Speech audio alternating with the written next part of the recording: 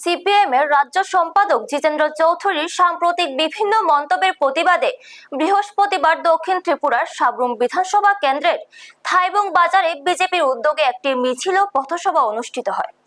কর্মসূচিতে এলাকার বহুদলীয় কর্মী সমর্থকদের পাশাপাশি উল্লেখযোগ্য সংখ্যক মহিলার উপস্থিতিও লক্ষ্য করা যায়।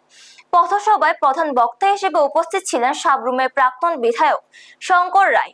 বক্তব্যে তিনি দাবি করেন, রাজ্যে বর্তমান সরকারের উন্নয়নমূলক কর্মকাণ্ড ও শান্তিপূর্ণ পরিবেশ সিপিএম নেতৃত্ব মেনে নিতে পারছেন না।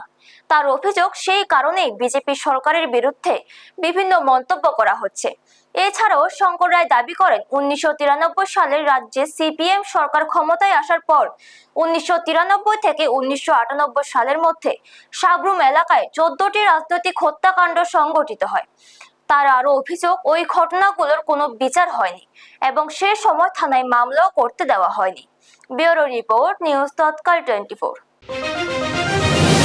মরার উপরে খাড়া, যাদের বাড়ির লোক খুন করেছে সেই বাড়িতে গিয়ে হুমকি ধুমকি দিয়ে যাতে মামলা না করে থানা গিয়ে, আবার থানার দারোগা পুলিশকে বলেছে কোন অবস্থাতে যাতে মামলা নেওয়া না হয়।